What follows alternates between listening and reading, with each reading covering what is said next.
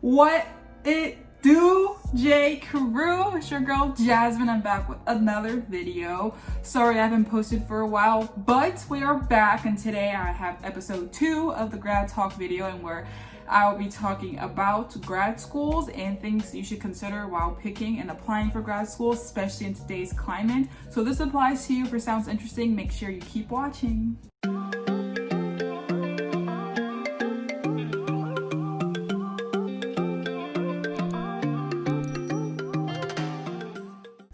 Y'all, 2020 has been so intense, and it's only June. First with COVID-19 and the coronavirus, and that whole situation, the lockdowns and all of that's going on. And then more recently, the death of George Floyd at the hands of police, another black man who was shot by police, and which that started the global protests, the Black Lives Matter protest that's taking place in America and a bunch of other countries. And because of that, a lot more conversations around what it is to be a black individual in America, and more conversations about that in different settings has taken place, and which kind of sparked my interest in creating this video, which I wasn't sure if I should do. I didn't know it would be controversial, I'm not sure, but I wanted to talk about things to consider when applying for grad schools, especially if you're a minority in any way. I just wanted to share some things that I noticed and experiences that I have heard about, and how that has affected my choice in grad school and the way that I looked at grad schools, and share that information with you guys because I feel like that is definitely more relevant today. I will be starting my Ph.D. at the University of Michigan coming this fall, and so I don't have any experiences myself of anything at all actually at grad school, but I've been to various conferences, talked to different grad students, different faculty, my own mentors, and this is where I've gotten most of my information about grad school and different experiences that can occur at grad school, and other resources I will be sharing with you. And this was really helpful for me in deciding what school to go to, and just be more aware of things when I go on visits, make sure I ask these type of questions. So that's where all my information will be coming from. All right, y'all, sorry, I'm rambling. Okay, let me get to the point. So I'm gonna start with the school itself. So the school is definitely not as important as your department as well as your mentor, but it could still be relevant. So a few reasons why I looked at the school itself. So for me, my research interests are with minorities, people who experience social inequalities, who may live in poverty, students and faculty, or just people of color in general. So for me, the school demographic can be important.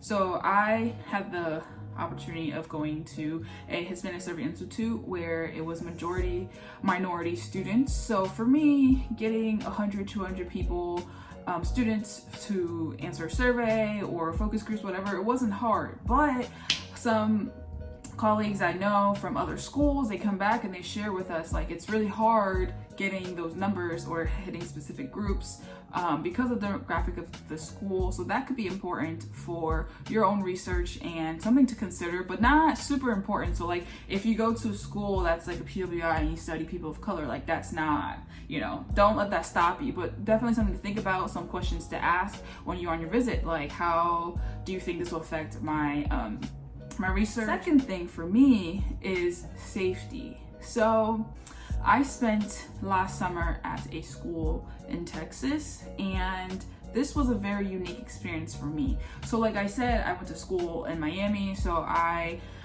was with minorities the majority of the time. And when I started the school, race wasn't a huge thing for me because I grew up in Taipei, Taiwan, where I was, really the only black person. So I was always very aware of my race. But then I moved to Florida, where I lived in a predominantly white town. But at my age, it wasn't anything I thought of. So going to FIU, that's when I started to learn about race and about, the experiences of people of color, which is really sad that I learned this so late in life. But, that's what had happened. So at that point, I didn't really have any certain experiences or hear much about that. But then when I was at the school last year, I was in a group chat with basically all of the students of color at the school, and on a regular basis there was things put in the group chat of that was happening to them or things that students did on campus. The school has a very long history with race and related topics, related issues, I should say. And that's something to take with a grain of salt. Of course, you might have a different experience. For me, that's not something that I wanted to be an additional thing that I thought about, and this could definitely be more than just with race. This could be with your sexual orientation. If the school is very conservative, it might not be as open to things like that, and that could be scary, that could be dangerous, so definitely take into consideration. And those are just a few experiences that people I knew were talking about and things that they saw on campus. And by no means am I bashing the school at all. It's just things like that can happen anywhere. It can happen at the school that I go to. The first thing I'll be talking about is race, and the racial makeup of the faculty and the students, the grad students in the department, is something you should consider for various reasons, because you want to have allies. You want to have people that you can talk to, people who can understand your experiences. Another thing to consider when it comes to your department is how supportive they are of your research or your type of research. And I was very surprised to learn that not all departments are very supportive of all of your research. Definitely think about the way that your department views your type of research, and these are not things you're gonna find, obviously on Google, whatever, but these are things that you have to talk to people about and to understand more about the actual school, because this can, again, impact the way that you perform, the way you're able to move forward throughout the grad process. And to my last 2 points, I wanted to share something that I think will really give you guys a different view of academia, especially for people of color. So I'm on academic Twitter, so I'll drop the handle somewhere around here, which is separate for me from my personal Twitter because I wanted to separate those two things.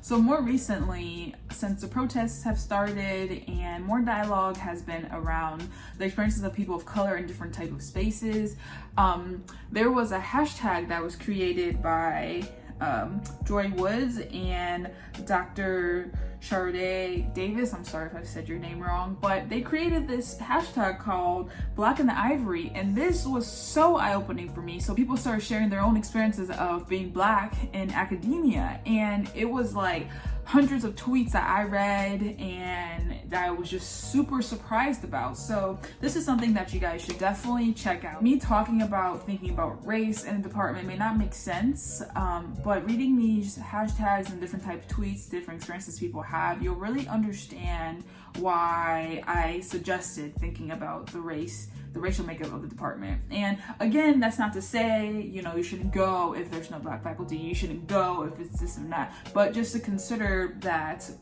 these are experiences that you could have. These are dialogues that you want to have ahead of time. So after the school and the department comes your advisor, which is the most important aspect, the most important person that you need to consider when thinking about grad school. This is who you'll be working with, because this person will be the one who helps you with your research, who guides you, who will probably, who will hopefully see you to graduation. And above all else, you guys have to have that good connection. You have to make sure that you and advisor are going to get along. That's more important than you guys having like a super close research interest match in research interest. You want to make sure this is the person you can talk to, the person that you feel understands you, because there may be things that you need help with, or things that come up outside of your specific research. So you want to make sure that this is the person you can talk to.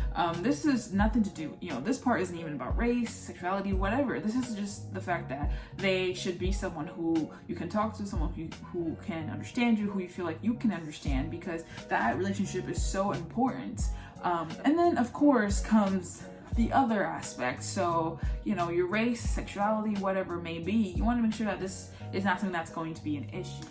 Of course you want your advisor to be accepting, to be tolerant, because you don't want to feel like unaccepted, walking in eggshells, that this person doesn't like me because I'm this and that, or that I can't talk to them about this and that because they're this and that. To this point, you want to talk to the grad students in different labs. So this is also a very important thing to do, because you learn a lot from the existing grad students, the current grad students. They could tell you a lot of things that the faculty may not tell you and other people may not be able to tell you. So I visited a lab where some grad students told me, this person is very misogynist, or that they don't don't give the same opportunities to this person and that person. And that for me was like, oh, okay, like if I come here, there's something that I have to work with. If I come here, there's something I have to find alternative routes around, or I just might not come here. And that was good for me to hear, for me to know that like, oh, they're telling me about this. This is not something I would have known. I could have came in and had a very bad experience because I didn't know this. So I kind of rambled on a lot, but to summarize my point about your faculty advisor, make sure you guys have a good relationship.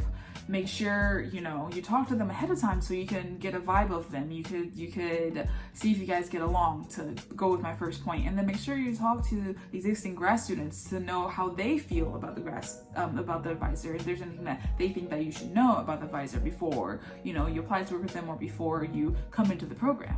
Sorry guys, I feel like I literally just rambled. I had points and I kind of just rambled on and on and on, but I hope you guys get the main point. And my disclaimers again, I haven't started grad school myself. All the things I've learned, I've accumulated through other people, through different experiences. And in addition to that, again, these are just things to consider. This does not mean don't go to school if it's has this demographic, or don't go to school if, you know, this faculty isn't emailing back. That is not what I was saying. These are just things to consider and be aware of. So that is all I have for you guys today. I hope you enjoyed this video, my second video in the Grad Talk series, and I will have more videos coming up. And in the meantime, make sure you check out my first video about funding at the PhD level. That is all. I'll see you guys next time on Life with